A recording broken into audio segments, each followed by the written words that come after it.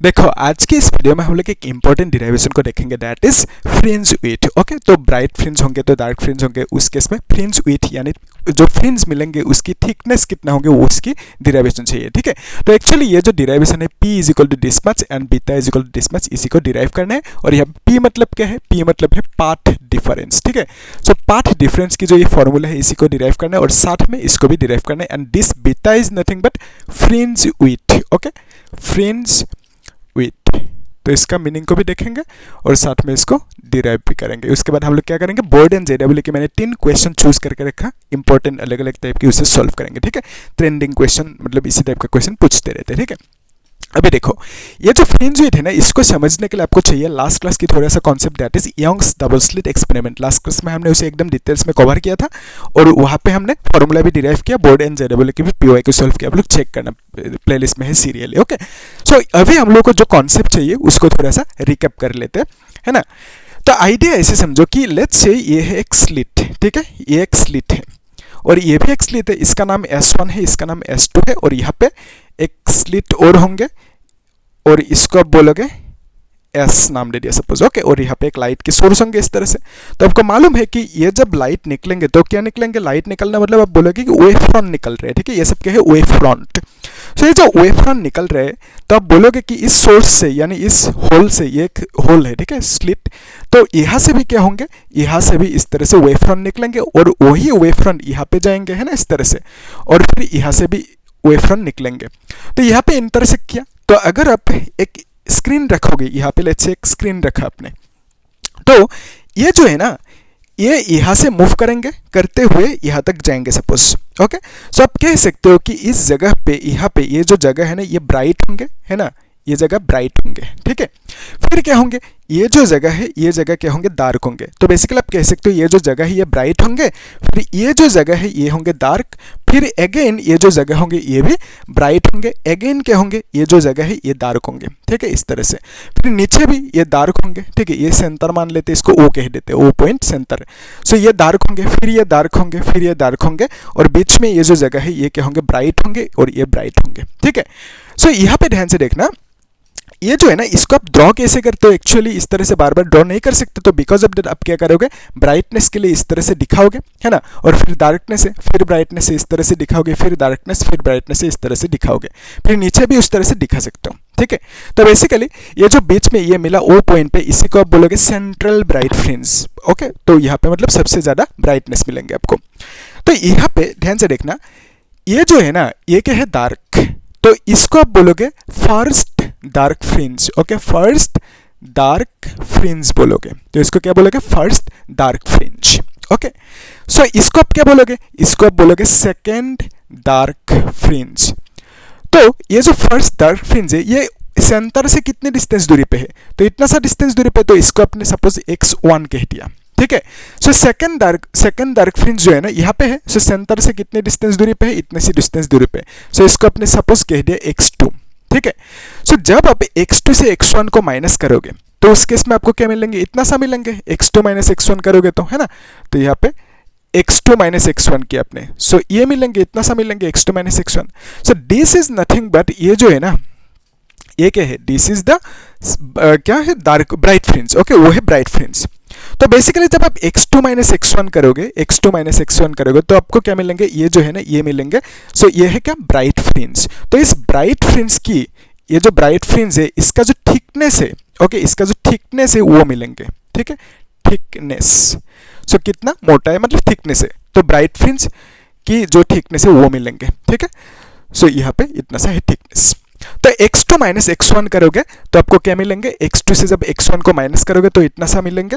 ये जो हिस्सा है इसी को आप क्या बोलोगे, that is thickness of bright fringe, या तो आप ऐसे भी कह सकते हो कि with, WIDTH, with of bright fringe, and this is nothing but x2 minus x1। ठीक है, सो x2 क्या है, सो x2 is nothing but, x2 मतलब क्या है, जो सेकंड डार्क फ्रिंज है उसकी पोजीशन, तो x2 मतलब क्या है, position of second dark fringe, minus के लिखोगे x1 मतलब position of first dark fringe. ठीक है, सो जब माइनस करोगे तो आपको क्या मिलेंगे, विड्थ ऑफ यानी थिकनेस ऑफ ब्राइट फ्रिंज मिलेंगे। तो इसका अगर उल्टा करोगे यानी, तो लेट्स कंसीडर ये है स्क्रीन, तो यहाँ पे क्या है, this is the central bright fringe, ये है ओ, ओके। सो फिर यहाँ पे फिर डार्क फ्रिंज, फिर ब्राइट फ्रिंज, फिर डार्क फ्रिंज, फिर ब्राइट फ्रिंज, इस तरह से मिलेंगे। सो बेसिकली अगर आपसे पूछे ये क्या है, आप बोलोगे कि ये ब्राइट फ्रिंज है लेकिन सेंटर पे है, तो दैट इज वाई इसको आप बोलोगे सेंट्रल ब्राइट फ्रिंज। तो फिर ये क्या है, ये है डार्क फ्रिंज, तो अगेन ये क्या है, ब्राइट फ्रिंज, लेकिन इसको आप इस बार बोलोगे फर्स्ट ब्राइट फ्रिंज, और इसको बोलोगे आप सेकेंड ब्राइट फ्रिंज, ठीक है, इस तरह से बोलोगे। और इसको क्या बोलोगे, सेंट्रल ब्राइट फ्रिंज, ठीक है। सो सेंट्रल ब्राइट फ्रिंज की पोजीशन सेंटर पे ही होंगे, है ना। अभी देखो ये जो फर्स्ट ब्राइट फ्रिंज है यहाँ पे, इसका जो पोजीशन है सेंटर से, ठीक है, इसी को आप क्या बोलोगे, x1 बोलोगे, ठीक है। और यहाँ पे x डैश भी लगा सकते हो, है ना। और यहाँ पे भी क्या है, सेकंड ब्राइट फ्रिंज, तो सेकंड ब्राइट फ्रिंज की जो ये पोजीशन है इसको आप बोलोगे x2, ठीक है। तो first and second bright fringe की पोजीशन x1 x2, और यहाँ पे first and second dark fringe की पोजीशन x1 x2 लिखा था, है ना। लेकिन आप इसको डैश भी लगा सकते हो डार्क समझाने के लिए, अभी नहीं करने से भी होगा। तो अभी देखो ये जो मिला ना, x2 माइनस x1 करे तो हमें क्या मिलेंगे, इतना सा हिस्सा मिलेंगे। सो ये जो हिस्सा है, दिस इज नथिंग बट, यहाँ पे जो ये ब्लैक यानी डार्क फ्रिंज है ना, सो इसी डार्क फ्रिंज की जो विड्थ है यानी थिकनेस है, so this is the thickness, okay. So ये क्या है, so this is the thickness of dark fringe, okay. यानी थिकनेस मतलब क्या है, विड्थ ऑफ डार्क फ्रिंज बोलोगे। एंड इसको कैसे फाइंड आउट कर सकते हो आप, x2 माइनस x1 करोगे, ठीक है। x2 से x1 को माइनस करो, x2 मतलब क्या है, position of second bright fringe, okay. x2 मतलब क्या है, पोजीशन ऑफ सेकंड, लिख के रखना, okay, second bright fringe, minus x1 मतलब क्या है, position of first bright fringe, okay. So position of first bright fringe को माइनस किया अपने सेकंड ब्राइट फ्रिंज की पोजीशन से यानी x2 से, तो आपको क्या मिलेंगे, जो ये डार्क फ्रिंज है ना, इसका विड्थ मिलेंगे, थिकनेस। या तो आप ऐसे भी कर सकते हो, फर्स्ट ब्राइट फ्रिंज की जो ये पोजीशन है और ये जो सेंटर है, सो सेंटर मतलब इसका पोजीशन क्या लिखोगे, x0 लिखोगे, जैसे इसका पोजीशन x1 लिखा, इसका पोजीशन x2 लिखा, तो सेंट्रल ब्राइट फ्रिंज की पोजीशन x0 लिखोगे।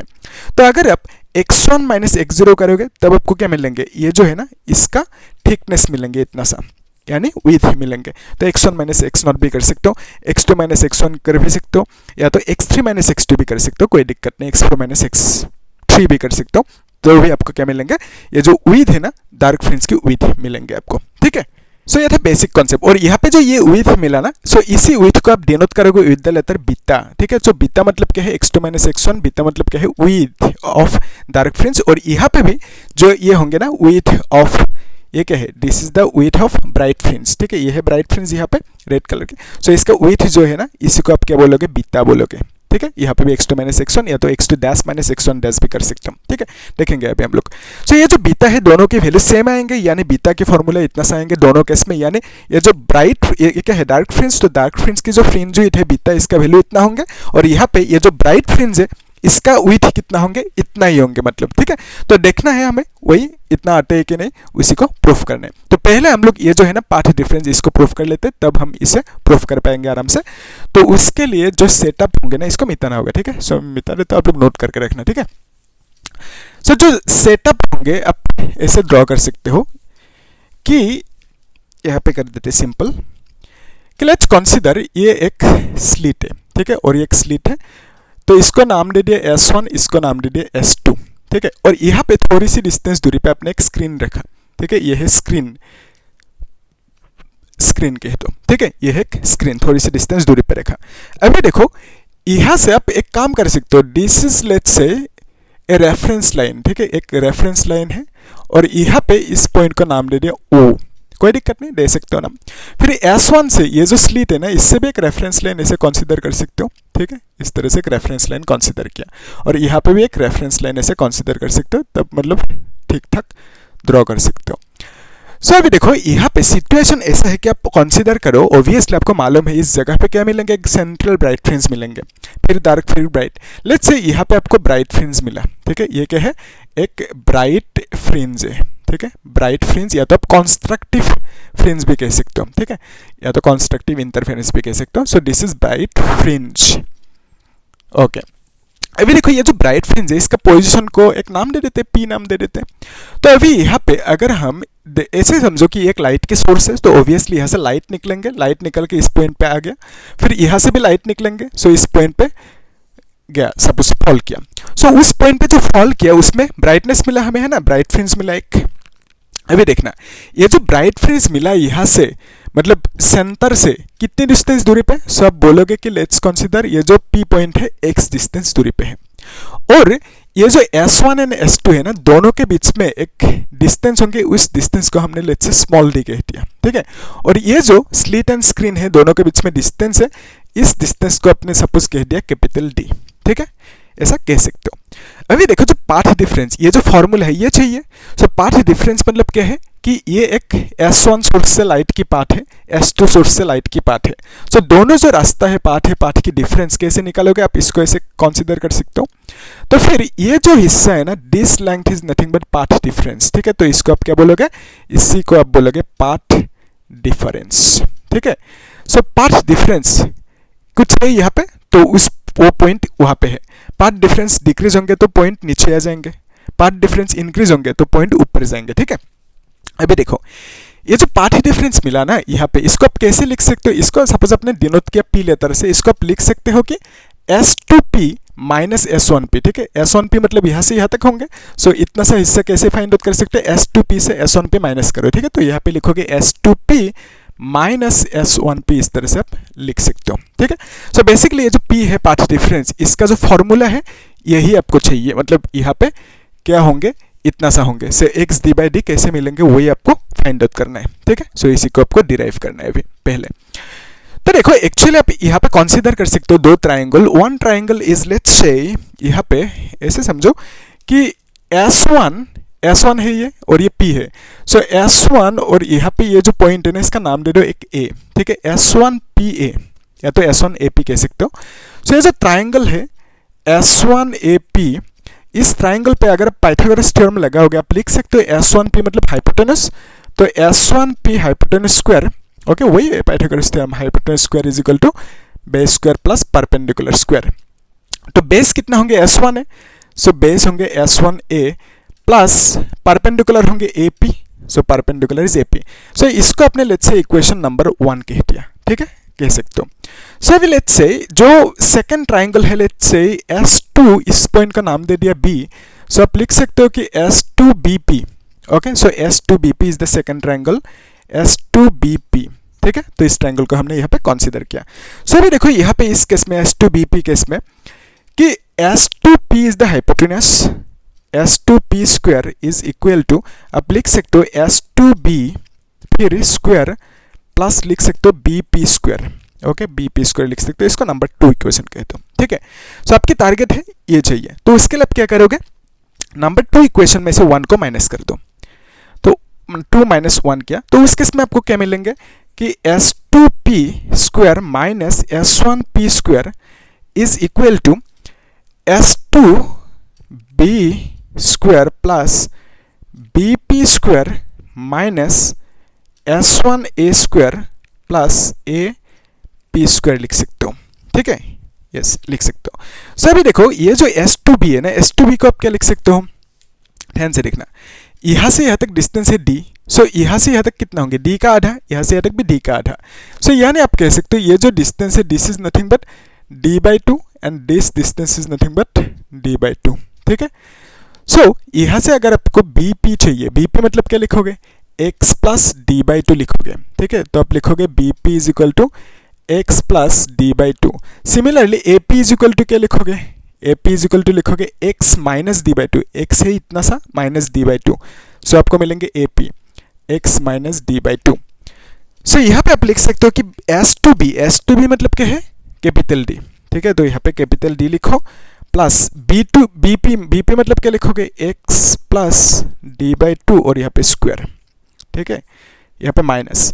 S1A मतलब क्या लिखोगे, कैपिटल D लिखोगे, है ना, S1A मतलब कैपिटल D, ओके। फिर यहाँ पे AP मतलब क्या लिखोगे, AP मतलब आप लिख सकते हो x माइनस D/2, ठीक है, और यहाँ पे स्क्वायर, इस तरह से आप लिख सकते हो। अभी देखो ये जो d है ना कैंसिल आउट होंगे क्योंकि d के सामने यहाँ पे प्लस है और वहाँ पे माइनस है, ठीक है, तो दोनों कैंसिल आउट होंगे, d स्क्वायर। फिर आप लिख सकते हो कि x plus d by to, तो इसको आप डायरेक्टली स्क्वायर कर सकते हो, तो x square plus D square by two square, okay, D by to square होंगे, ठीक है, ए प्लस बी होल स्क्वायर। फिर आप क्या लिख सकते हो कि this is equal two plus 2x d by to, इस तरह से आप लिख सकते हो, माइनस इसको भी आप ब्रैकेट को तोड़ सकते हो, in sense x square plus d by two whole square minus 2x d by two लिख सकते हो इस तरह से, ठीक है। सो यहाँ पे भी सिमिलरली एक्स स्क्वायर के आगे यहाँ पे प्लस है, यहाँ पे माइनस है, यहाँ पे प्लस है, ये माइनस प्लस माइनस होंगे, सो ये प्लस में है, तो बेसिकली आप लिख सकते हो यहाँ से कि this is equal to two cancel out होंगे, एक्स डी प्लस ये माइनस माइनस प्लस होंगे और यहाँ पे एक्स डी होंगे, टू कैंसिल आउट होंगे, so this is nothing but 2xt। तो अभी ध्यान से देखना, इसको आप क्या लिख सकते हो, a square minus b square, a square minus b square, and this is nothing but a minus b a plus b, ठीक है। सो इसको आप लिख सकते हो कि s2p minus s1p s2p plus s1p लिख सकते हो, ठीक है। So from here you can say this is equal to s2p minus s1p is equal to 2xd divided by s2p minus s1p, इस तरह से प्लस लगाना होगा, ठीक है। तो इस टर्म को नीचे लेके क्योंकि हमें ये चाहिए s2p माइनस s1p चाहिए, ठीक है। सो भी ध्यान से देखना, s2p अगर एक कंडीशन मतलब रियलिटी में क्या होता है मालूम है कि रियलिटी में, इन रियलिटी जो ये एक्सपेरिमेंट है ना, इन रियलिटी क्या होंगे, ये जो d है ना, d is very very small, यानी 1 मिलीमीटर होंगे अप्रोक्स, या तो 2 मिलीमीटर होंगे, ठीक है, बॉडी जरा स्मॉल होंगे, मिलीमीटर में होंगे। तो फिर ये जो p है ना, p सेंटर से o से कितनी डिस्टेंस दूरी पे रहेंगे, ये जो x की वैल्यू होंगे ये वेरी वेरी स्मॉल होंगे, ठीक है, इन रियलिटी। तो आप लिख सकते हो in reality, in real experiment क्या लिख सकते हो आप कि ये जो p है ना, p बॉडी जरा क्लोज होंगे o की, ठीक है। सो आप लिख सकते हो p is very very close, या तो वेरी क्लोज लिख देना, ठीक है। सो आप क्या लिखोगे, इज वेरी वेरी क्लोज, या तो वेरी क्लोज टू o लिखोगे, ठीक है। ये जो o है ना, o की पास में रहेंगे p, बॉडी जरा क्लोज रहेंगे। सो ये ना आप ऐसे कंसिडर कर सकते हो, ये जो p है ना अभी यहाँ पे है, तो इन रियलिटी ये जो p है ये यहाँ पे होंगे, लेट्स से बॉडी जरा पास होंगे, तो इस केस में s1p कितना होंगे, इतना सा होंगे, s1p, p तो यहाँ पे आ गया, ठीक है। So s1p will look like, s1p is approximately equal to, आप लिख सकते हो कि s1a, ठीक है। सो s1p को आप अप्रोक्सीमेटली s1a लिख सकते हो तब, ठीक है। तो उस केस में s1a मतलब क्या होता है, d होता है, सो s1p की जगह पे d लिख सकते हो। और या तो आप ऐसा भी कर सकते हो, जब p बहुत ज़्यादा पास आएंगे तो s2p कितना होंगे, s2p इतना होंगे, ठीक है। सो s2p जो होंगे ना वो भी क्या होंगे, s2b की लगभग इक्वल होंगे, ठीक है। s2p एंड s2b दोनों अभी दिखने में नहीं लग रहा है, जब इस पॉइंट को बहुत पास लेके आओगे तो उस केस में क्या होंगे, s2p विल लुक लाइक कि दोनों इक्वल है s2b से, ठीक है, यानी d से। सो बेसिकली जब पास होंगे o की पास होंगे p पॉइंट, तो उस केस में तो आप बोलोगे कि s2p is approximately equal to, आप लिख सकते हो s2b, ठीक है, s2p is approximately equal to s2b।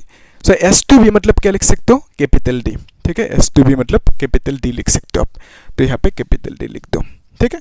सो अभी यहाँ पे s2p की जगह पे d और s1p की जगह पे d नहीं लिखना, मतलब ये जीरो हो जाएंगे ना फिर, तो इसको जीरो नहीं करना है। सो फॉर दैट आप क्या करोगे, दिस इज इक्वल टू, आप लिख सकते हो कि 2xd डिवाइडेड बाय s2p की जगह पे आप यहाँ पे d लिखोगे, ठीक है, और अगेन s1p की जगह पे भी d लिखोगे, ठीक है। सो जब ऐसे d लिखोगे तो 2d होंगे, 2 तो कैंसिल आउट होंगे, सो आप लिख सकते हो xd बाई कैपिटल D। सो यही चाहिए था आपको, s2p माइनस s1p मतलब xd बाई d। सो यहाँ पे क्या लिखोगे, xd बाई कैपिटल D, ठीक है। सो यही चाहिए था। सो आपको मिल गया कि पाथ डिफरेंस जो है ना p की फॉर्मूला वो मिल गया कितना x d by D. Okay, so p is equal to path difference which is x d by D, wave को चाहिए था। ठीक है, सो अभी हम लोग के टारगेट क्या है, ये जो बीता है ना fringe width, okay, fringe width की जो फॉर्मूला है लैम्डा d बाई डी, इसी को डिराइव करना है। ठीक है, फ्रिंज विड्थ।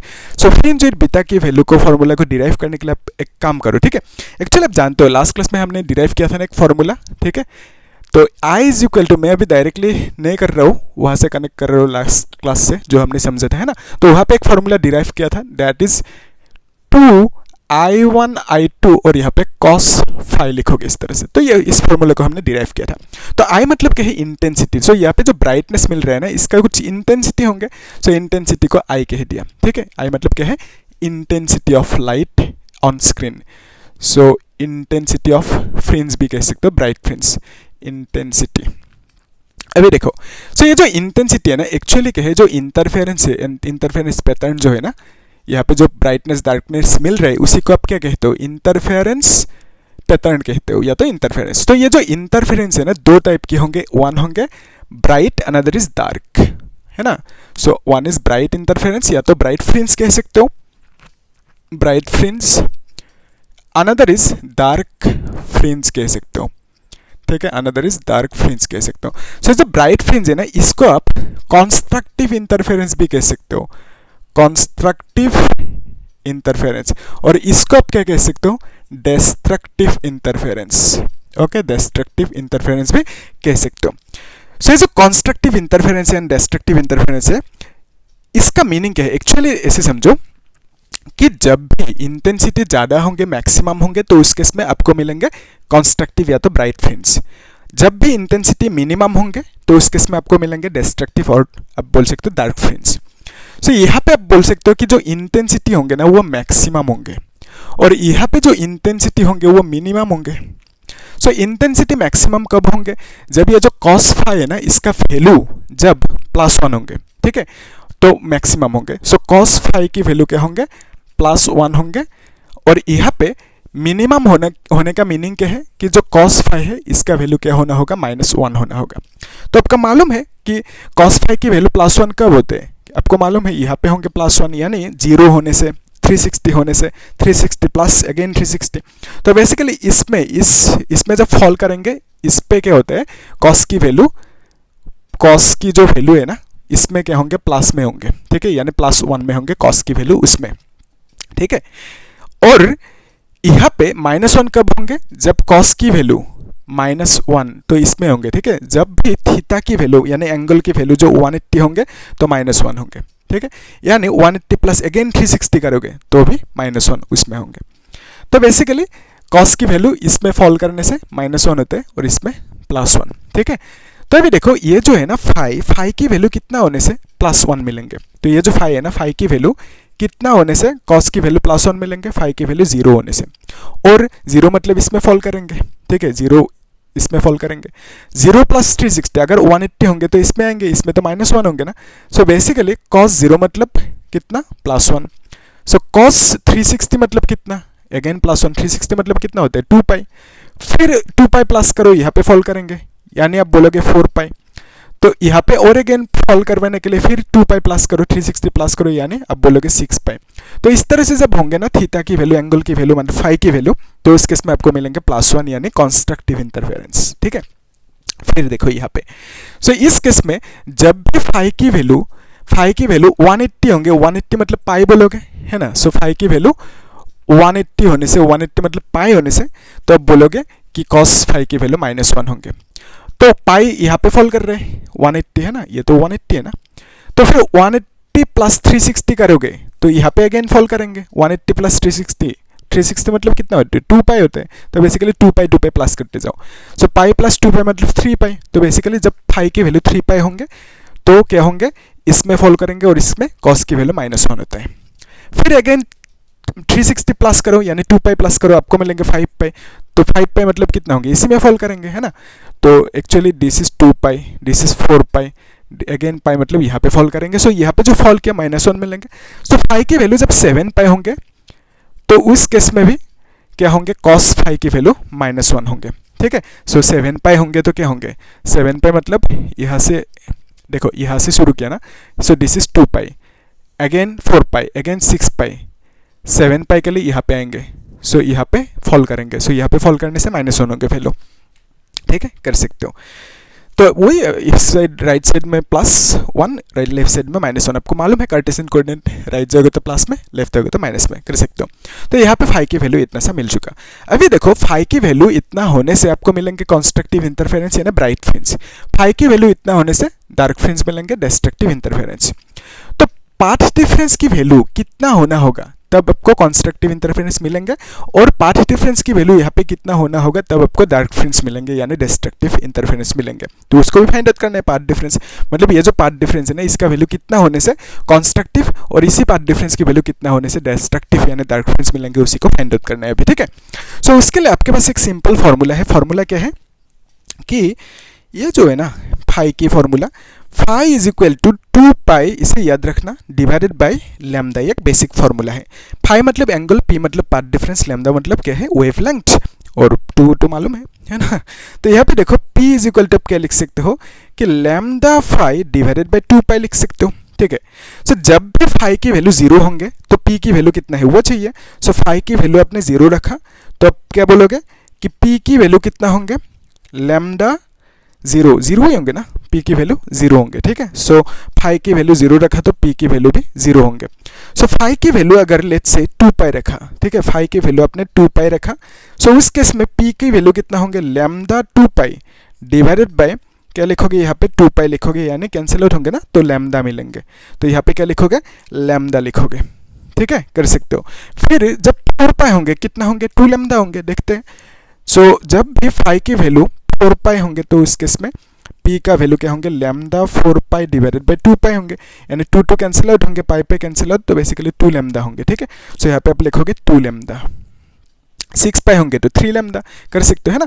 तो इस तरह से तो बेसिकली आप यहाँ पे एक पैटर्न देखा कि फाई की वैल्यू 0 तो p की वैल्यू 0, फाई की वैल्यू 2 पाई, p की वैल्यू लैम्डा, p मतलब पाथ डिफरेंस, तो फाई की वैल्यू 4 पाई मतलब p is 2 lambda and this is 3 lambda. So इसको आप ऐसे भी लिख सकते हो ना कि ये जो पाथ डिफरेंस है ना, इसको आप n लैम्डा भी लिख सकते हो। तो यहाँ पे n इज इक्वल टू क्या लिखोगे, 0 1 2 3 इस तरह से लिखोगे, ठीक है। सो यहाँ पे आपको एक फॉर्मूला मिला p is equal to n lambda, n मतलब 0 1 2 इस तरह से लिख सकते हो। सो सिमिलरली वहाँ पे भी देख सकते हो आप, है ना। तो उसके लिए इसको मिटा देते हैं। सो देखो आपको क्या चाहिए कि पाथ डिफरेंस की तो ये फॉर्मूला मिला ना, वहाँ पे अभी देखते हैं डिस्ट्रक्टिव की केस में कि जब भी पाथ डिफरेंस ओके फाई की मतलब फाई की वैल्यू पाई होंगे तो पाथ डिफरेंस कितना होंगे वो चाहिए। सो फाई की वैल्यू पाई लिखा तो पाथ डिफरेंस कितना होंगे, लैम्डा पाई डिवाइडेड बाय 2 पाई, यानी लैम्डा बाय 2 लिखोगे ना, पाई पाई कैंसिल आउट होंगे। सो यहाँ पे लिखोगे आप लैम्डा डिवाइडेड बाय 2। फिर यहाँ पे क्या लिखोगे, फाई की वैल्यू जब आप 3 पाई लिखोगे तो इस केस में आप पाथ डिफरेंस क्या लिखोगे, पाथ डिफरेंस लिखोगे आप लैम्डा पाई मतलब 3 पाई डिवाइडेड बाय 2 पाई लिखोगे, ठीक है। फाई की जगह पे आपने 3 पाई बिठा दिया। तो अभी क्या होंगे, आप इसको लिख सकते हो 3/2 लैम्डा, पाई पाई कैंसिल आउट होंगे ना, तो यहाँ पे लिख सकते हो 3/2 लैम्डा। फिर क्या लिखोगे, जब फाई की वैल्यू 5 पाई होंगे तो उस केस में पाथ डिफरेंस कितना होंगे, lambda 5 pi divided by 2 pi. So basically आप लिख सकते हो 5/2 लैम्डा, तो यहाँ पे 5/2 लैम्डा लिखोगे और डॉट डॉट लगा दो। 7 पाई होने से क्या होंगे, 7 लैम्डा डिवाइडेड बाय 2 होंगे, ठीक है, कर सकते हो। सो यहाँ से आप इसको एक इक्वेशन के फॉर्मेट पे लिख सकते, इसको मिटा दे अभी है ना, तो आप लोग नोट करके रखना।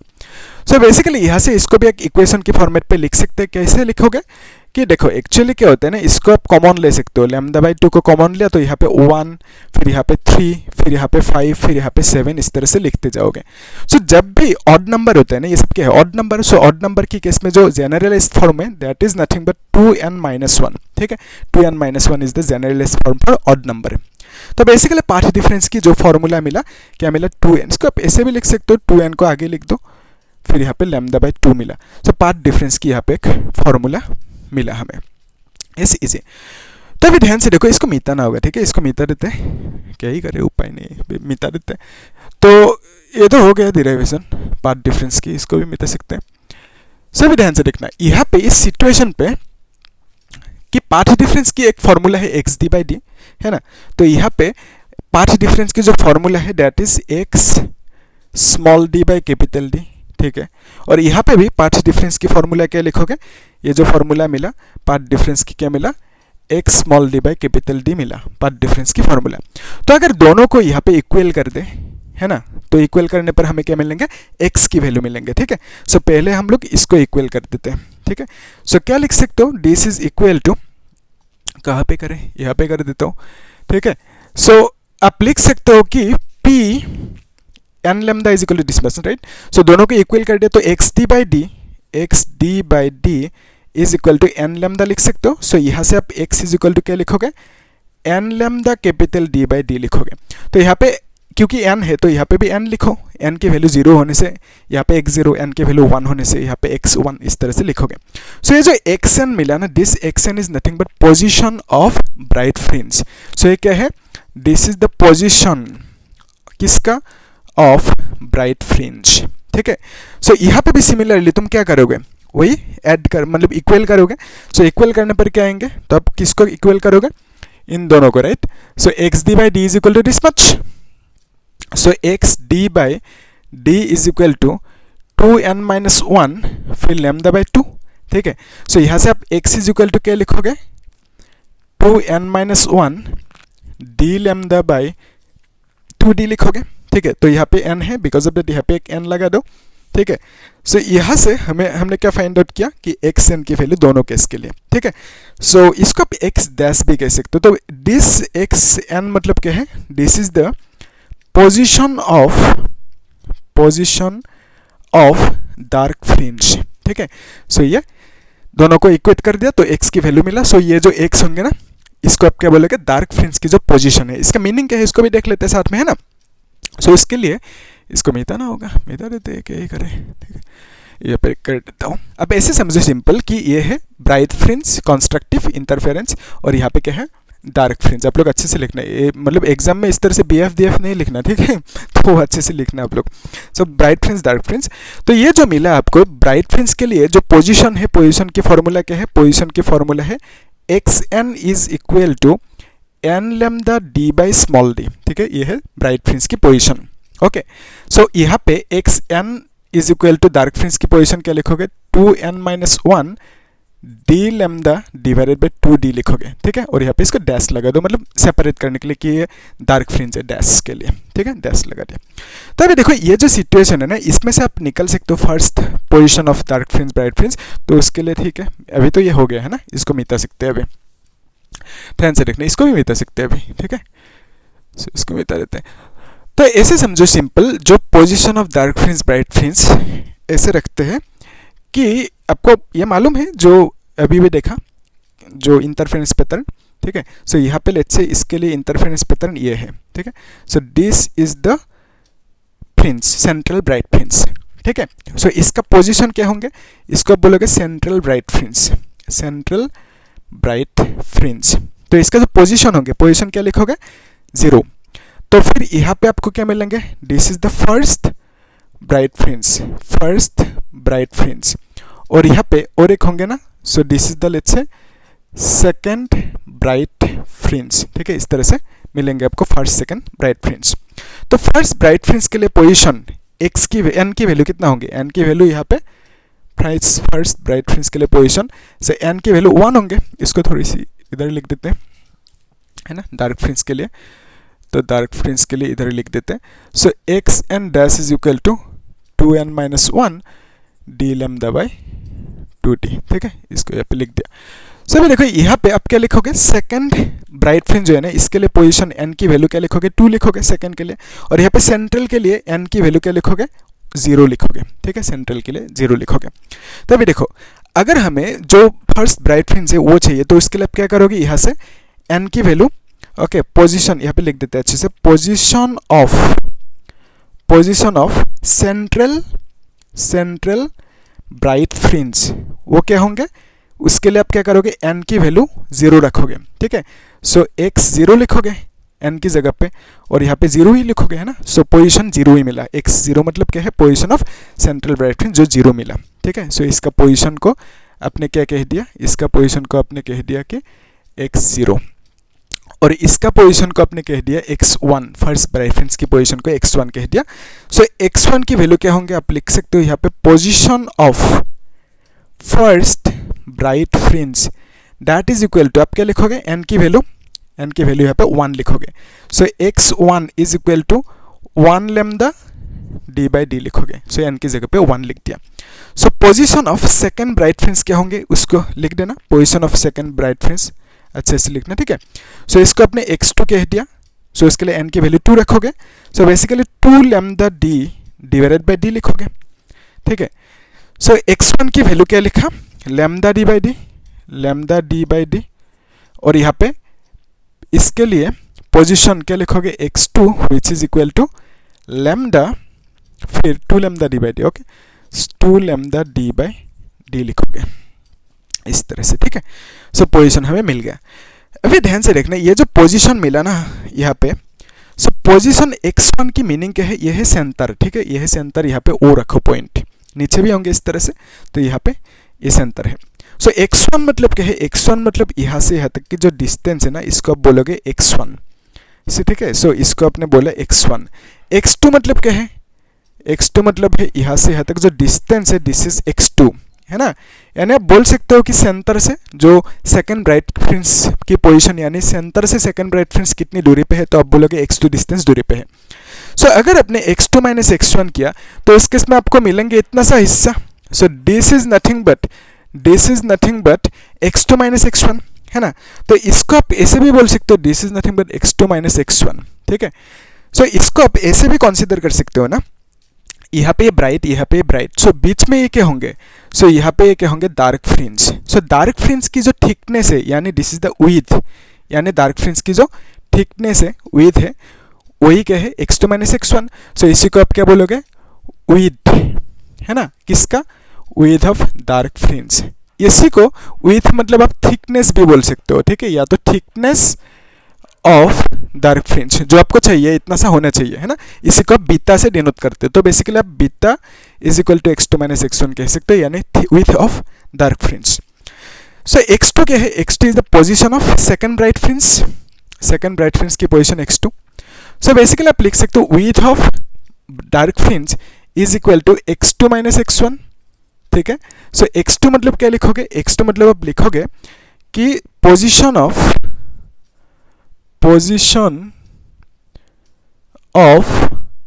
Second bright fringe minus position, आप लोग अच्छे से लिखना, ठीक है, ऑफ फर्स्ट ब्राइट फ्रिंज, ठीक है।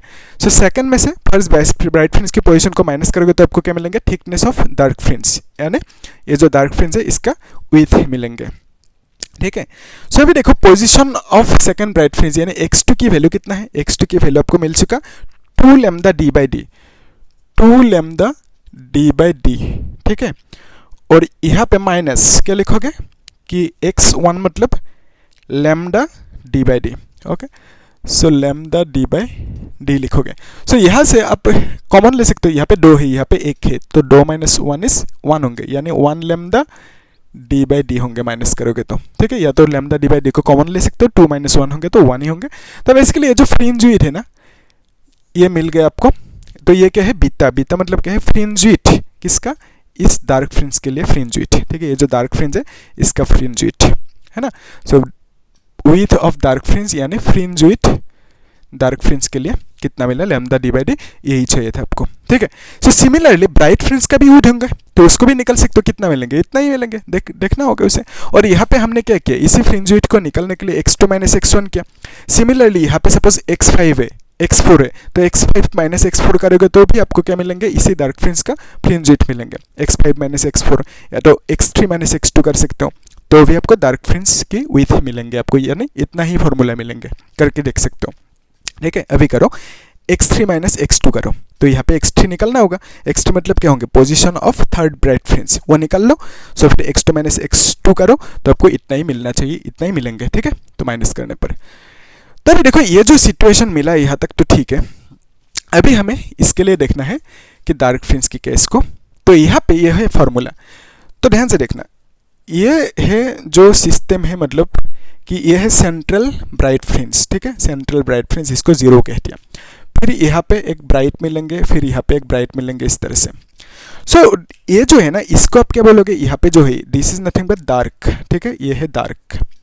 सो इसको आप बोलोगे फर्स्ट डार्क फ्रिंज, ठीक है, इसको आप बोलोगे first dark fringe, okay, first dark fringe. So यहाँ पे भी और एक डार्क मिलेंगे, है ना, सो ये भी डार्क होंगे, है ना, सो ये जो डार्क मिले इसको आप बोलोगे सेकंड डार्क फ्रिंज। तो अगर आपसे पूछे कि सेंटर से ये कितनी डिस्टेंस दूरी पे है, तो आप बोलोगे कि x1 डिस्टेंस दूरी पे है, या तो x-1 डैश कह सकते हो। यहाँ पे x1 के ही ऑलरेडी है ना, तो यहाँ पे डैश लगा देते हैं।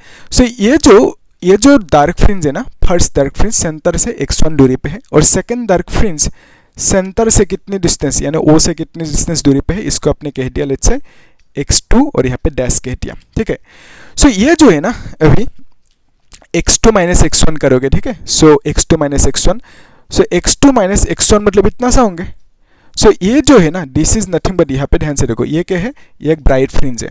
सो ये जो ब्राइट फ्रिंज है ना, इसी ब्राइट फ्रिंज का जो विड्थ होंगे, ठीक है, ये क्या है विड्थ ऑफ द, ये जो ब्राइट फ्रिंज है इस ब्राइट फ्रिंज की थिकनेस मतलब विड्थ।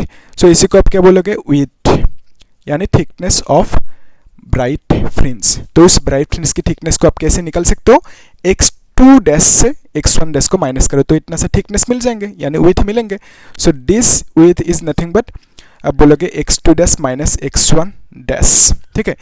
सो x2 डैश मतलब क्या है, पोजीशन ऑफ, लिख देना अच्छे से, position of second dark fringe, position of second dark fringe minus, अच्छे से लिखना, इसको आप लिखना कि position of first dark fringe लिखोगे, ठीक है।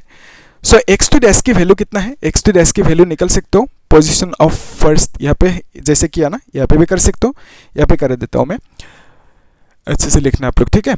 सो आप लिख सकते हो कि पोजीशन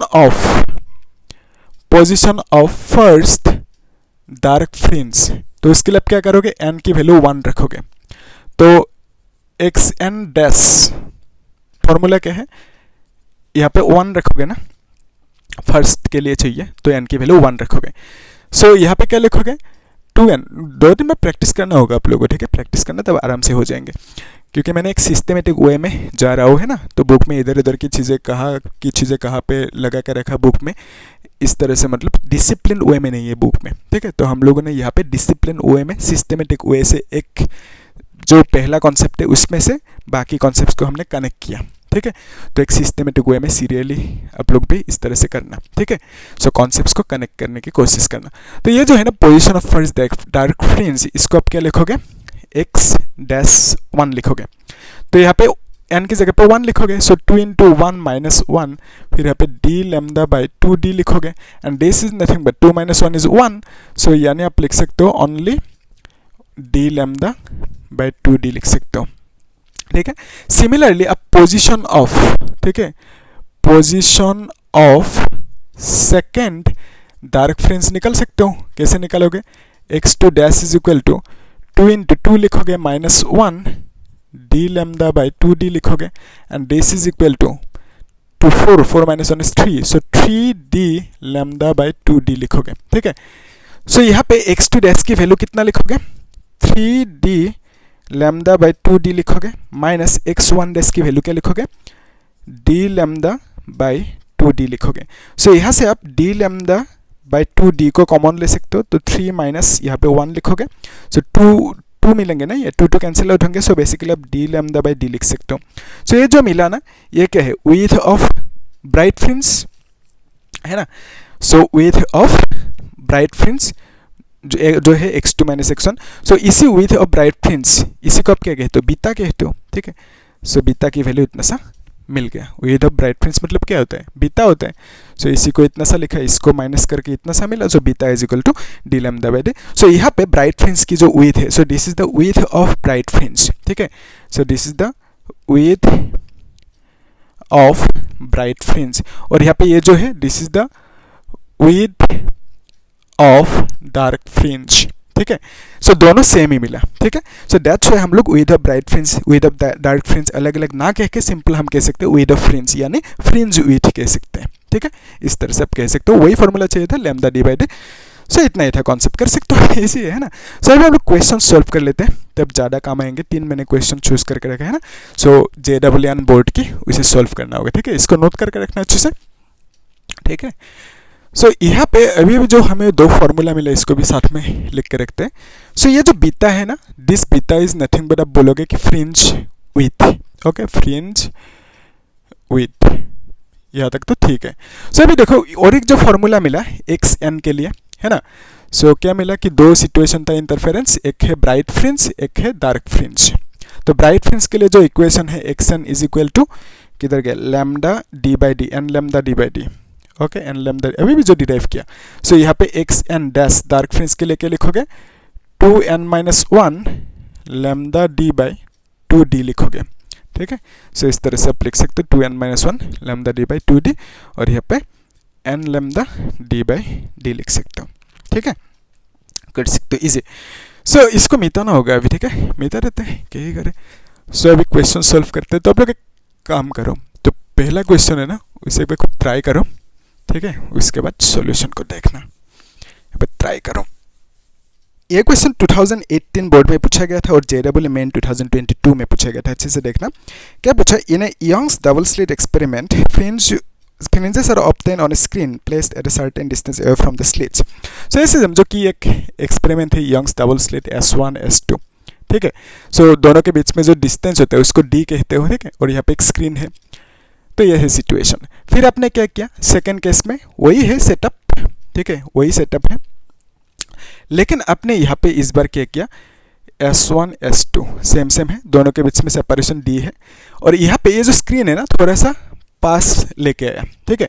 सो पहले जो दोनों के बीच में गैप था, डिस्टेंस था दोनों के बीच में, वो डिस्टेंस कितना था, D था।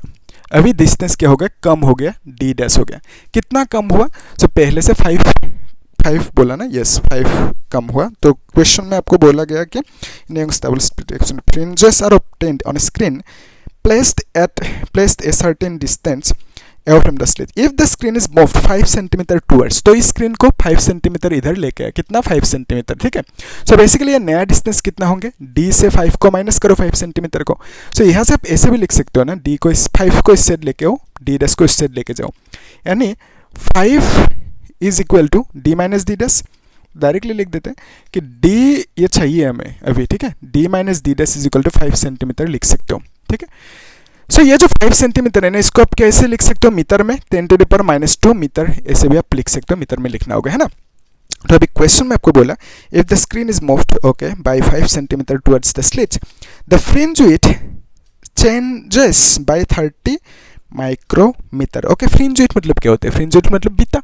सो यहाँ पे जो फ्रिंज मिलेंगे तो इसका जो थिकनेस होंगे बीटा कह देते हैं।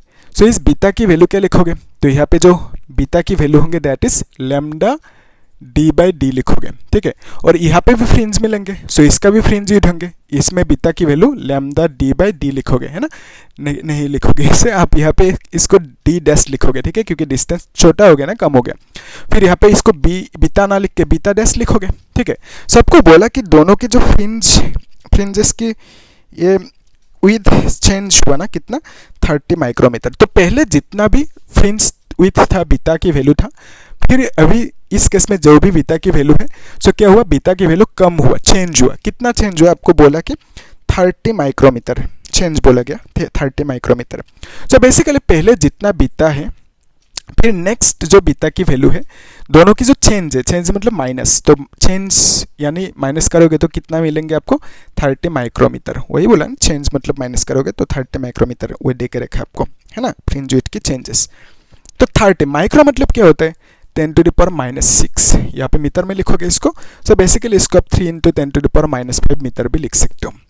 सो ये देखो बीटा मतलब क्या है, लैम्डा D बाई डी, है ना, lambda D by D, minus beta dash मतलब क्या होता है, lambda D dash by D, है ना। तो यहाँ से आप कॉमन ले सकते हो, क्या कॉमन लोगे, लैम्डा D को कॉमन लोगे। सो आप D माइनस डी डैश लिखोगे, दिस इज इक्वल टू 3 × 10⁻5। सो यहाँ पे लैम्डा चाहिए आपको, सो यहाँ पे D है ना, D को इससे लेके जा सकते हो, ठीक है। D का वैल्यू कितना है, D का वैल्यू ये स्मॉल d है ना, स्मॉल d का वैल्यू देख के रखा के question, yes, given that the slits are 1 millimetre apart. So दोनों स्लिट के बीच में जो गैप है दैट इज 1 मिलीमीटर, वही है small d, and this is nothing but 10⁻³ metre. तो यहाँ पे 10⁻³ मीटर लिखोगे स्मॉल d की जगह पे, इंटू D माइनस डी की जगह पे आप लिखोगे 10⁻², 3 × -5, ठीक है। सो यहाँ से आप लैम्डा इज इक्वल टू क्या लिख सकते हो कि 3 into 10 to the power -5 into 10 to the power -3 divided by 5 into 10 to the power -2 लिखोगे। और यहाँ पे इसको आप लिख सकते हो कि 3/5 इंटू 10 टू द पावर, ये 8 होंगे, -8, ये 2 ऊपर जाएंगे तो +2, सो -6 होंगे, ठीक है। सो इसको आप ऐसे भी एडजस्ट कर सकते हो। एक्चुअली क्या है, देखो अगर अब ऊपर है ना, तो ये है ना, ऊपर लेट्स से आपने 1000 से मल्टीप्लाई किया, ठीक है। तो मैं कह रहा हूँ ऊपर 10 टू द पावर 3 मल्टीप्लाई किया, तो नीचे भी 10 टू द पावर 3 मल्टीप्लाई करोगे, ठीक है, तभी तो ये मतलब सही रहेंगे, है ना। तो इसको आप क्या लिख सकते हो कि ये जो है ना 3000 होंगे, 3 इंटू 10 टू द पावर 3 मतलब 3000, ठीक है। फिर यहाँ पे क्या होंगे, नीचे 5, ठीक है। 10 टू द पावर 3 ऊपर जाएंगे तो -3 होंगे, so basically 10 to the power -6 into 10 to the power -3 लिख सकते हो। And this is nothing but 600 होंगे, 5 6 30, और यहाँ पे 10 टू द पावर -9 मीटर होंगे, यहाँ पे मीटर लिखोगे। सो 10 टू द पावर -9 मतलब कितना होता है, नैनो होता है, और यहाँ पे नैनोमीटर लिख दो। सो यही पूछा था आपको कि कितना होंगे वेवलेंथ लैम्डा की वैल्यू, ठीक है। सो आपको मिल गया लैम्डा की वैल्यू 600 नैनोमीटर, यस कर सकते हो इजी। सो अभी जो नेक्स्ट क्वेश्चन है ना, उसे भी साथ में सॉल्व कर लेते हैं, इसको मिटाना होगा, ठीक है। तो मिटा देते हैं, तो आप लोग नोट करके रखना अच्छे से, ठीक है। नेक्स्ट क्वेश्चन को ट्राई करो वीडियो को पॉज करके। ये क्वेश्चन 2024 बोर्ड एग्जाम में पूछा गया था, अच्छे से देखना। क्या पूछा, in a young's double slit experiment the slits are separated by, ठीक है। तो इस तरह से 2 स्लिट्स है, S1 S2। सो दोनों की जो सेपरेशन है D is equal to 0.3 millimetre दे के रखा, ठीक है। क्वेश्चन में आपको दे के रखा 0.30 मिलीमीटर या तो 0.3 millimetre. And the screen is kept, तो यहाँ पे एक स्क्रीन है, कितने डिस्टेंस दूरी पे है, capital D is equal to 1.5 metre distance दूरी पे है। The wavelength of light use, तो यहाँ पे जो वेवलेंथ है लाइट की वो कितना देकर रखा है, 600 नैनोमीटर, ठीक है। सो इसको आप मीटर में लिखोगे, मीटर में कितना होंगे, नैनो मतलब 10 to the power -9 metre. So this can be written as 6 into 10 to the power -7 metre, ठीक है। सो आपको पूछा calculate the distance between the central bright fringe and the fourth dark fringe, okay. So fourth dark fringe और central bright fringe कहाँ पे होंगे, ध्यान से देखना। सो ये है सेंट्रल ब्राइट फ्रिंज, ठीक है। So this is the central bright fringe, और यहाँ पे ये है first bright fringe, second bright fringe, third bright fringe, fourth bright fringe. तो अभी ध्यान से देखना, यहाँ पे जो डार्क फ्रिंज होंगे, क्वेश्चन में आपको बोला गया कि central bright fringe and fourth dark fringe, okay. So fourth number dark fringe, तो ये है first dark fringe, second dark fringe, third dark fringe, fourth dark fringe. So ये है फोर्थ डार्क फ्रिंज, ठीक है। सो फोर्थ डार्क फ्रिंज की जो position होंगे, तो उसको आप कैसे लिखोगे, ये है सेंटर ना, O। सो इसको आप बोलोगे फोर्थ नंबर डार्क फ्रिंज, तो डार्क फ्रिंज है बिकॉज ऑफ द डैश कह दिया, तो x4 की वैल्यू चाहिए। और सेंट्रल ब्राइट फ्रिंज है ना ये, सो इसका जो पोजीशन होंगे इसको आप x0 बोलोगे, ठीक है, सेंटर में है ना, सो n की वैल्यू 0 होंगे, सो इसका वैल्यू चाहिए आपको, ठीक है। सो यहाँ पे देखो, सो पहले ब्राइट फ्रिंज के लिए यहाँ पे फाइंड आउट कर लेते हैं, ठीक है, कर सकते हो। सो एक्चुअली आप ऐसे करना क्वेश्चन में कि ये जो ब्राइट फ्रिंज है ना, ब्राइट फ्रिंज के लिए इसको भी ब्राइट फ्रिंज ही लिखना है, ठीक है, और डार्क फ्रिंज के लिए। सो एक्स एन की फॉर्मूला क्या है, that is an lambda d by D, ये है फॉर्मूला। सो अभी ब्राइट फ्रिंज के लिए चाहिए, सो ब्राइट फ्रिंज मतलब सेंट्रल ब्राइट फ्रिंज, तो एन की वैल्यू क्या लिखोगे, सेंट्रल ब्राइट फ्रिंज के लिए एन की वैल्यू 0, तो यहाँ पे एन की वैल्यू 0 लिखोगे, तब आपको सेंट्रल ब्राइट फ्रिंज x0 की वैल्यू मिलेंगे विच इज 0, ठीक है। फिर डार्क फ्रिंज के लिए चाहिए डार्क फ्रिंज, तो इसके लिए क्या करोगे, फॉर्मूला क्या है, x n dash is equal to 2n-1, फिर lambda D divided by 2d, इस तरह से लिखोगे, ठीक है। सो यहाँ पे आपको क्या चाहिए, x4 की वैल्यू, तो n इज इक्वल टू 4 लिखो, फोर्थ नंबर डार्क फ्रिंज ना, तो n की वैल्यू 4 होंगे, डार्क फ्रिंज है तो इस इक्वेशन को लिखा। सो x4 लिखोगे, डैश लिखोगे, तो यहाँ पे क्या लिखोगे, 2 into 4 -1 lambda d by 2d लिखोगे, and this is equal to 8 - 1 is 7, तो 7 लैम्डा डी बाई 2d लिखोगे, ठीक है। सो इतना सा मिला आपको x4 डैश की वैल्यू। सो आपको अभी क्या चाहिए, आपको अभी क्वेश्चन में क्या निकालने दिया, distance between central bright fringe and fourth dark fringe. So ये जो डिस्टेंस है ना ये चाहिए आपको, तो इसके लिए आप क्या करोगे, सो x4 डैश की ही वैल्यू चाहिए आपको बेसिकली यहाँ से यहाँ तक, या तो आप डायरेक्टली ऐसे भी कर सकते हो, this distance is equal to x4 dash minus x0, ठीक है, इसे भी आप कर सकते हो। सो बेसिकली इसका वैल्यू आपको चाहिए, ठीक है, या तो डायरेक्टली x4 डैश की वैल्यू पूछा आपको, वही पूछा ना सेंटर से या तो इन दोनों के बीच में जो सेपरेशन होंगे, ठीक है, तो सेपरेशन को अपने क्या कह दिया इतना सा। तो बेसिकली आंसर कितना होंगे, that is x4 dash minus x0 is equal to आप क्या लिखोगे 7 lambda d by 2d minus 0 लिखोगे। तो अभी देखो 7 लैम्डा की वैल्यू 600 देकर रखा, so 6 into 10 to the power minus 7 लिखोगे, d मतलब 1.5 divided by 2 into small d मतलब 0.3 मिलीमीटर, ये है मिलीमीटर में, तो इसको आप लिखोगे 0.3 मिलीमीटर मतलब 10 to the power minus 3 metre होता है ना, तो मिलीमीटर मतलब वही है 10 to the power minus 3 metre. So basically इसको आप 3 into 10 to the power minus 4 metre भी कह सकते हो। तो यहाँ पे आप डायरेक्टली d की जगह पे 3 into 10 to the power minus 4 metre लिख सकते हो। तो यहाँ पे देखो 2 3 जा 6 कैंसिल आउट होंगे, है ना, तो लैम्डा की वैल्यू ये क्या लिखा 7 है ये, ठीक है, सो 7 है लैम्डा की value 6 into 10 to the power minus 7, और यहाँ पे d का वैल्यू कितना है, दैट इज 1.5, ओके, तो 2d। सो ये कैंसिल आउट होंगे, तो बेसिकली आप लिख सकते हो 7 into 1.5 into 10 to the power, ये ऊपर जाएंगे ना तो -3 होंगे, ठीक है। So this is nothing but 7 5 से कितना होता है 35, 7 on 7 प्लस 3 इज 10, तो इतना सा मिलेंगे into 10 to the power minus 3, और इसको आप ऐसे भी लिख सकते हो ना 0.05 into 10 to the power minus 4 लिख सकते हो, 2 लिख सकते हो, ठीक है। तो 3 को 2 करोगे तो डेसिमल इधर आएंगे, मतलब ये स्टैंडर्ड फॉर्मेट होता है। सो यहाँ पे क्या लिखोगे मीटर में लिख देना, है ना। तो बेसिकली वही चाहिए था आपको कि मतलब सेपरेशन कितना है, तो आपको कितना मिला 1.05 into 10 to the power minus 2 metre, या तो आप 1.05 सेंटीमीटर भी कह सकते हो, क्योंकि 10 to the power minus 2 metre मतलब क्या होता है 1 सेंटीमीटर, है ना, कर सकते हो। यही पूछा था आपको, है ना, सेपरेशन दोनों के कितना है, ठीक है। तो सेंटर से मतलब वो जो फोर्थ डार्क फ्रिंज है कितनी दूरी पे है, इतनी मीटर डिस्टेंस दूरी पे है, कर सकते हैं, तो 1.05 सेंटीमीटर डिस्टेंस दूरी पे है। सो यहाँ से यहाँ तक जो डिस्टेंस होंगे कितना होंगे 1.05 सेंटीमीटर कह सकते हो, ठीक है, कर सकते हो। सो अभी जो नेक्स्ट लास्ट क्वेश्चन है उसे भी साथ में सॉल्व कर लेते हैं, इसको मिटाना होगा, ठीक है। सो लोग ट्राई करो एक बार, ठीक है, कर सकते हो, एक बार ट्राई करो। ये क्वेश्चन भी 2024 बोर्ड में पूछा गया था, अच्छे से देखना। क्या पूछा, in young's double slit experiment the slits S1 and S2 are 3 millimetre apart, okay. So ये है स्लिट 1 स्लिट 2, ठीक है। सो स्लिट 2 दोनों के बीच में जो सेपरेशन होता है दैट इज इक्वल टू कितना देकर रखा 3 मिलीमीटर, ओके, 3 मिलीमीटर देकर रखा। इसको आप कैसे लिख सकते हो 3 into 10 to the power minus 3 metre, है ना, 1 millimetre 10 to the minus 2 metre. So ऐसे रखते हैं।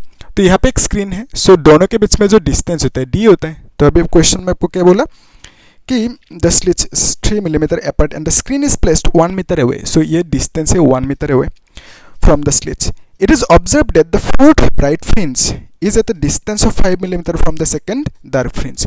तो ध्यान से देखना, यहाँ पे ऐसे समझो कि जो है ना यहाँ पे ये है ब्राइट फ्रिंज, फिर ब्राइट फ्रिंज, फिर ब्राइट, फिर डार्क ब्राइट, इस तरह से होंगे, ठीक है, फिर एक ब्राइट लगा देते हैं। तो ये जो है ना ये है O, तो इसको आप बोलोगे सेंट्रल ब्राइट फ्रिंज, तो इसका N की पोजीशन कितना होंगे 0, और इसको आप बोलोगे सेंट्रल ब्राइट फ्रिंज, ठीक है। सो सिमिलरली यहाँ पे डार्क फ्रिंज कौन से होंगे, है ना। तो आपको क्वेश्चन में क्या पूछा कि जो फोर्थ ब्राइट फ्रिंज है, फोर्थ ब्राइट फ्रिंज मतलब कौन से होंगे। सो ये है first bright fringe, second bright fringe, third bright fringe, this is the fourth bright fringe, ठीक है। ये तो सेंट्रल ब्राइट फ्रिंज, ठीक है। तो इसको आप बोलोगे फोर्थ ब्राइट फ्रिंज। तो फोर्थ ब्राइट फ्रिंज है, सो इसका मीनिंग ये हुआ कि n की वैल्यू यहाँ पे कितना होंगे 4 होंगे, ठीक है। फिर क्वेश्चन में क्या बोला फोर्थ ब्राइट फ्रिंज है ये, और जो सेकंड डार्क फ्रिंज है, सेकंड डार्क फ्रिंज मतलब कौन सी होंगे, ये है यहाँ पे एक फ्रिंज होंगे ना। सो this is first dark and this is second dark, ठीक है। सो ये है सेकंड डार्क फ्रिंज, तो इसका मतलब यहाँ पे n की वैल्यू कितना होंगे 2 होंगे, ठीक है, सेकंड डार्क फ्रिंज। तो अभी ध्यान से देखना, दोनों के बीच में जो सेपरेशन है, सेपरेशन मतलब क्या है, ये जो है ना यहाँ से यहाँ तक की डिस्टेंस कितना होंगे, यहाँ से यहाँ तक की डिस्टेंस आप बोलोगे कि दिस इज x4, और यहाँ से यहाँ तक की डिस्टेंस कितना होंगे, दिस इज कहाँ पे लिख दे, यहाँ पे लिख देते हैं x2, वही है मतलब x2 डैश में लिखोगे इसे, ठीक है। सो डैश मतलब डार्क फ्रिंज के लिए और x4 मतलब ब्राइट फ्रिंज के लिए। तो x4 ये जो फोर्थ नंबर ब्राइट फ्रिंज है सेंटर से x4 इतनी सी डिस्टेंस दूरी पे है। सेकंड नंबर डार्क फ्रिंज जो है x2 डैश डिस्टेंस दूरी पे है। तो ये जो दोनों की सेपरेशन है ना, fourth number and second number, ठीक है। सो दोनों के बीच में जो ये सेपरेशन है इसको आप कितना कह सकते हो, x4 माइनस x2 डैश कह सकते हो, है ना। तो इसको आप लिख सकते हो कि x4 माइनस x2 डैश, है ना। सो ये जो सेपरेशन है दोनों के बीच में x4 minus x2 dash, second dark fringe and fourth number bright fringe दोनों के बीच में जो सेपरेशन है वो आपको क्वेश्चन में दे के रखा 5 मिलीमीटर। ओके, हमें पूछा लैम्डा की वैल्यू कितना होंगे, ठीक है। सो बेसिकली वेवलेंथ लैम्डा की वैल्यू चाहिए और यहाँ पे ये जो सेपरेशन है कितना दे के रखा, 5 मिलीमीटर दे के रखा क्वेश्चन में। ओके, सो यहाँ पे ये सेपरेशन 5 मिलीमीटर दे के रखा, ठीक है। अभी ध्यान से देखना, ये जो है ना x4 minus x2 dash this is equal to 5 millimetre. तो मिलीमीटर को आप मीटर में लिखोगे 10⁻³ मीटर लिख दोगे। सो x4 की वैल्यू क्या होंगे, x4 मतलब क्या है, डार्क नहीं ब्राइट के लिए, ठीक है। सो x4 मतलब क्या होंगे, ये है x4। सो x4 मतलब ब्राइट फ्रिंज जो है ना, फोर्थ नंबर ब्राइट फ्रिंज के लिए। सो x4 की वैल्यू क्या लिखोगे, यहाँ पे कर सकते हैं। So x4 is equal to 4 lambda d/d लिखोगे और यहाँ पे क्या लिखोगे, this is x2 dash is equal to 2 × 2 - 1 lambda d/, ये तो आपको चाहिए, और यहाँ पे 2d लिखोगे। तो this is nothing but 2 × 4 3 lambda d/2d लिखोगे। सो बेसिकली x4 की जगह पे आप लिख सकते हो कि 4 lambda d/d minus 3 lambda d/d लिखोगे। यहाँ पे 2 इज इक्वल टू 5 × 10⁻³ लिखोगे, है ना। तो यहाँ पे आप कॉमन ले सकते हो, क्या कॉमन लोगे कि लैम्डा d/d और यहाँ पे 4 - 3 लिखोगे, ठीक है, नहीं 2 है ना नीचे। ओके, सो इस तरह से आपने क्या किया, लैम्डा d/d को कॉमन लिया, 4 - 3/2 लिखा। This is equal to 5 × 10⁻³ so अभी यहाँ पे आप इससे लिख सकते हो कि this is lambda d/d which is equal to 2 4 = 8 8 - 3 is 5/2 is equal to 5 × 10⁻³ तो यहाँ पे ये जो 5 है 5 के साथ कैंसिल आउट होंगे। सो बेसिकली आप लिख सकते हो कि लैम्डा d मतलब क्या है, 1 देकर रखा ना, d मतलब 1। फिर यहाँ पे स्मॉल d मतलब 3 × this much 3 × 10⁻³ is equal to 10⁻³ and this is equal, ये जो 2 है ना, तो d का वैल्यू इतना सा लिखा, ठीक है। सो यहाँ पे 2 इधर जाएंगे, सो यहाँ पे 2 लिख सकते हैं। ओके, सो लैम्डा d का वैल्यू 1, नीचे d का वैल्यू ये 2 उधर गए उस साइड में।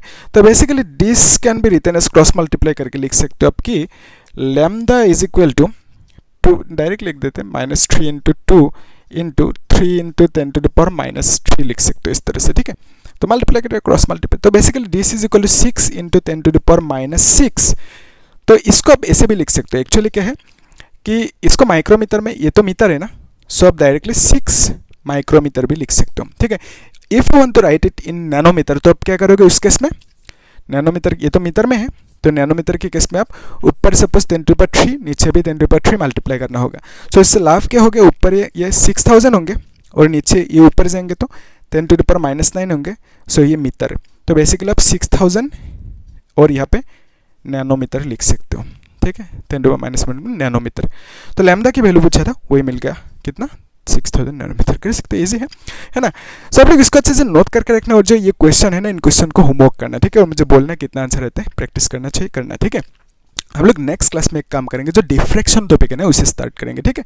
उसके बाद ज़्यादा है नहीं, खत्म ही होंगे चैप्टर, फिर बाकी जो है तो आप लोग प्लेलिस्ट में जो अदर वीडियोस है चेक करना, सीरियली है ना, सिस्टमेटिक वे में आप लोग चेक करना बाकी चैप्टर्स की वीडियोस, है ना। तो पहले हम लोगों ने टॉपिक को समझा, उसके बाद बोर्ड की JEE की PY को सब सॉल्व किया, नीट की भी, तो आप लोग उसे चेक करना अच्छे से, ठीक है, प्रैक्टिस करना, लिख के रखना, चीज़ों को नोट करके रखना, ठीक है। और क्या करना, चैनल को सब्सक्राइब करके रखना, ठीक है, और लाइक भी कर देना, और कुछ डाउट है तो पूछना होगा। थैंक यू, और शेयर भी कर देना, ठीक है, थैंक यू।